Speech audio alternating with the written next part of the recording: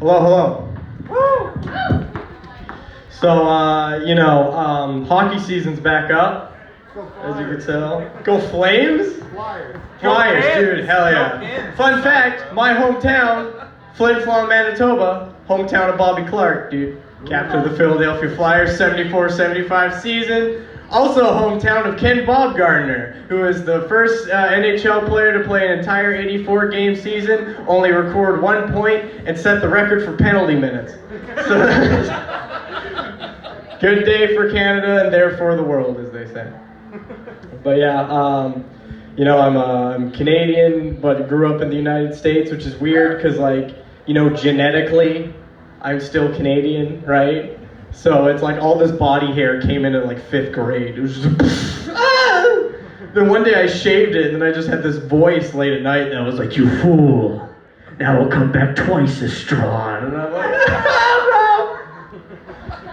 Back when I was in 5th grade, I was 179 pounds of lean, mean, murdering machine. Only problem was I was 4'9", so that, walking around like this hairy meatball, Well, give the kids credit. They're just like, hey, let's hear this kid out before we make fun of him. Jack, what do you like to do in your free time? And I'm like, watch professional wrestling. And they're like, well, in the locker you go, stay there when you're 15 and you kind of normalize out, But, I'm getting a little older. I'm 21, which isn't old, but, I found my 11th gray hair the other day.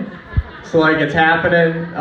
Problem is, which is good and bad news, Bad news is my girlfriend doesn't like it. Good news is my second girlfriend doesn't seem to mind, so, it's balancing out. But, yeah, I live on my own, which is kind of startling. You learn some facts, like when you open the fridge and there's no food in there. You're like, what am I paying rent for? Like, what is this? Did you know they want rent every month? They want the whole thing. But yeah, and it's like, cleaning is a problem, especially when you're like this hairy. You guys ever have to vacuum the bathtub when you're done showering? Like, that's a problem.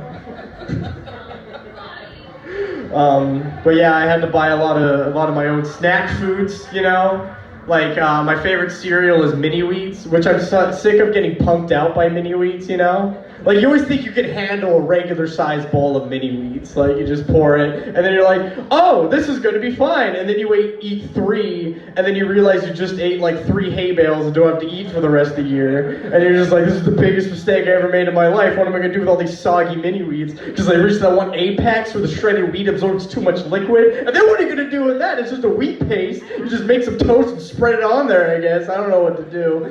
Anyway, all I'm saying is somebody can make a less absorbent Mini Wheat. It's $1 million idea. That'd be a good one. And then I buy Cheetos because I'm disgusting, Buy those. Cheetos are difficult because they're like the one food that you can't hide that you ate, And I honestly think that Cheetos should be a sign of depression, No one ever has a good day and then comes home and is like, I'm gonna crack open some Cheetos. That's never a thing. That should be in those brochures, you see at doctor's offices where it's like, signs of depression, lethargy, mood swings, fingertips permanently neon orange, that's how it works. I got my citizenship recently, which is wild. That's a lot of fun. And it's really good to say that, because it's like, what do you say, I'm Canadian, everyone's like, aw, but you can walk into a room and go, hey, I'm American, I need this now. And then the woman behind the counter is like, this is the DMV, dude, what are you doing being so aggressive? Chill out.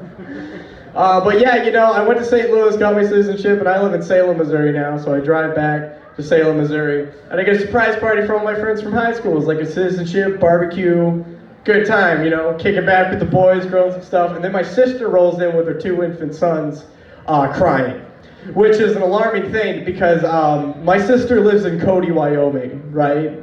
So this wasn't just a run-of-the-mill fight with the husband. It turns out that her husband was cheating on her the entire time they were married, right? So she came home. Now, there's not a manual on how to be a good little brother, right? Because, like, 80% of me was like, oh my god, this is awful. But 20% of me in the back of my head was just like, this was my day. I can only get my citizenship once, is what I'm saying. Like, she can get married again, like, whatever. But, like, this is a one-track road for me. I don't know what to do. And that sent my mom into a panic mode, because now she's, like, paranoid about my dad and everything. And she's like, what if your dad, if he could cheat on Ainsley, what if your dad's cheating on me and everything? I'm like, my dad is too honest to lie. Like, he's honest to a fault. He has never told me a lie, which I don't think you're allowed to do as a parent. I think as a parent you kind of have to lie. When your kid's getting blown out at a basketball game by 60 points, you just don't say, you tell them, like, gotta get back in there, champ, you gotta win this out. In one of my rec basketball games when I was 8, I was getting blown out by 60 points, and my dad was just like, leaned over and said, we'll sign you up for trumpet lessons tomorrow. Obviously this basketball game isn't working out. It's not the kind of confidence you want when you get out there in the court, But yeah, I had to go home because, my mom's been taking care of my sister during all this. And, my brother and my dad don't know how to fend for themselves. So, like, when I walked in there and the entire house smelled like potatoes, right? And I realized the oven was on. And so I go into the living room and see my dad completely asleep with no timer or anything while the oven's on. And I'm like, Dad, what are you doing? And he's like, oh, they got 10 minutes left, don't worry. And then went back to sleep.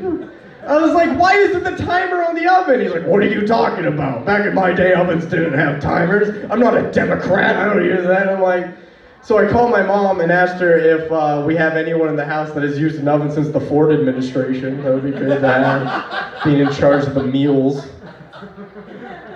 I have a problem, like, I do bits a lot, and like, I need help doing that. Like, how like at movie theaters they do that Stars of Hope thing? You donate an extra $1, you could sign your name. So my local movie theater was looking to give an award to Zig69 because donated like $500 to charity over these Stars of Hope. But like one time, I was walking back and I guess I walked too close to the Catholic Campus Student University building, so they came out and they were like, are you here for Rockstar? And I was like, yes.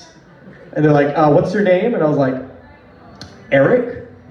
They're like, Eric Camden? I was like, yes. And they put me into this room with all these other Catholic kids I've never seen before. And I'm like, oh, my name's Eric. I'm a business major. Oh, you don't usually see me. I'm with the other youth group. And they bought it.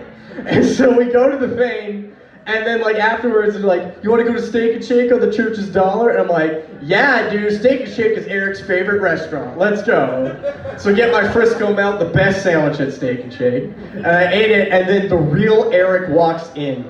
And he knows me. So he walked in, and he was just like, sorry guys, I'm late, but Jack, what are you doing here? They're like, that's not Jack, that's Eric. And then he's like, no, I'm Eric. And then everyone just turned and looked at me and just go, so you think you got it all figured out? Couldn't keep your noses at a whatnot. And they told me to leave and pay for my sandwich, but on the way out I was like, hey, my boy Eric Camden will pay for that, just put it on his tab. He said he'll pick it up. And that's how you get a free sandwich with a fake identity. My name's Jack Connor, see you later. Woo!